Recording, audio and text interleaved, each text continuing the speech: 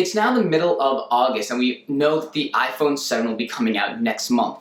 The device will probably be announced at a keynote in early September, and probably about a month from now, actually, the devices will actually start shipping.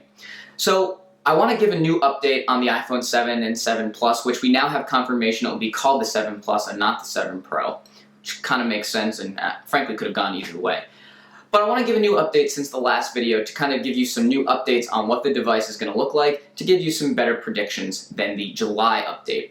So the first big thing that has come out since the last update video is that the iPhone 7 and 7 Plus will ship in a new color.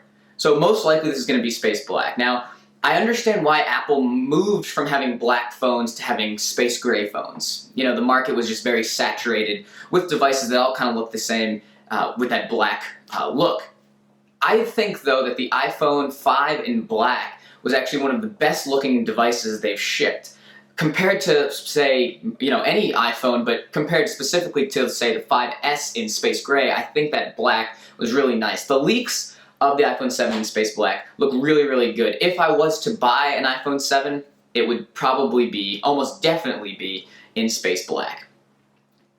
So the next thing that we've received updates on since the last update video, the home button. So currently it's a physical home button, you press it down and it physically moves up and down. Because of that and because you're constantly using the home button, I've seen a lot of home buttons fail on different iPhone devices and even iPads, iPod touches, whatever.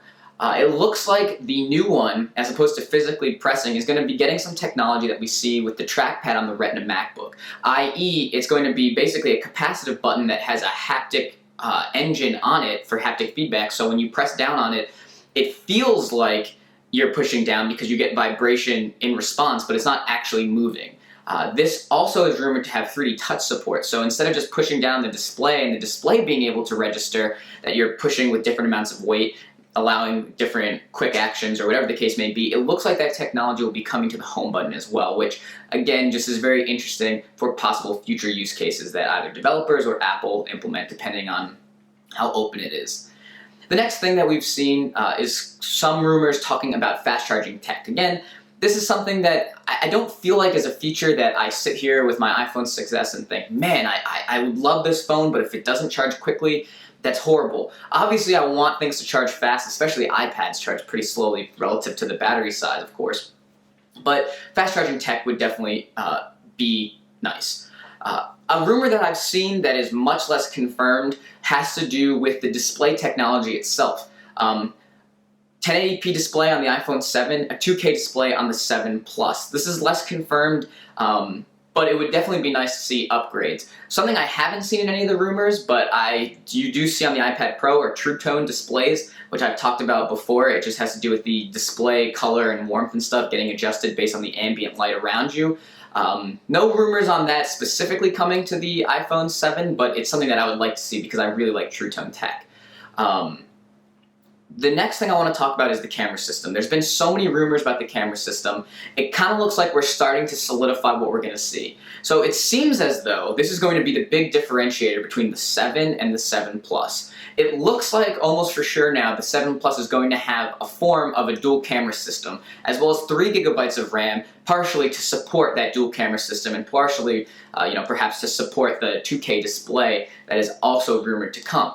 That would be very interesting. It would allow for many features, crisper photos, particularly better in low light, possibly would also allow for different focusing options. Very interesting. It seems though the 7 will not get dual camera tech. However, it will obviously get an improved 12 megapixel camera. Each generation improves. And it seems as though optical image stabilization, which was on the 6S Plus, will be coming now to the smaller 4.7-inch iPhone 7. Both very cool. Honestly, low light camera performance is so important to me. I go to a lot of music festivals, I go to a lot of concerts. Almost all of them are either indoors when it's dark or in the evening times outside. It would be very, very useful to me to have a big step up in terms of camera performance with the iPhone 7 and 7 Plus. One thing that's an update over the last video, we talked about water and dust proofing on the device. It seems now that we will see improved water and dust resistance, but that it will not be waterproof. There won't be IP68 technology built in to these devices. So unlike the new Samsung devices, which are all advertising, oh, you can dump champagne on it with the Lil Wayne commercials or drop it in water, whatever the case may be, it looks like that will not be a waterproof feature. There will not be a waterproof feature on the iPhone 7 line, which is disappointing. Kind of just recap some of the things that we've talked about before. New storage capacity starting at 32 gigabytes, going then to 128 and 256. It looks like that the design is going to be very similar to the iPhone 5, although it won't have kind of those antenna stripes on the back, which I was not, very much a fan of. You're going to see an A10 chip and you're going to see improved graphics. You see that each generation. Hard to say if you're going to see such an improvement as you saw between the 6S and the 6, but there will be an improvement as expected.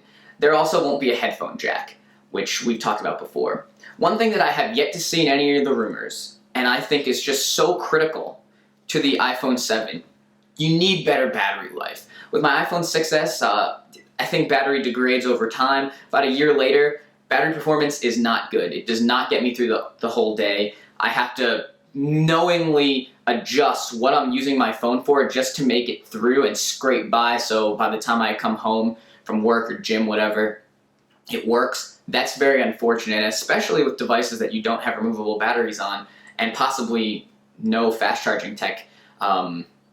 Really, Apple, come on. Improve the battery performance, especially if you're staying with the similar design that you have the last two generations. Having better battery performance would be huge. So please get on that. So that's basically the new iPhone 7, which will be launching next month. Again, early September for the keynote and probably about a month from now for actually shipping. Is this device boring to you? I asked that in the last video. There's a lot of really interesting things that I like in the iPhone 7. The new camera tech is very fascinating, possibly getting improved displays with either True Tone and or increased resolution is very appealing to me, and the Space Black is a very sleek look that I really like. But I'd love to hear your feedback. Is the fact that this isn't a major physical redesign really that much of a bummer for you? Thanks for watching, and have a good day.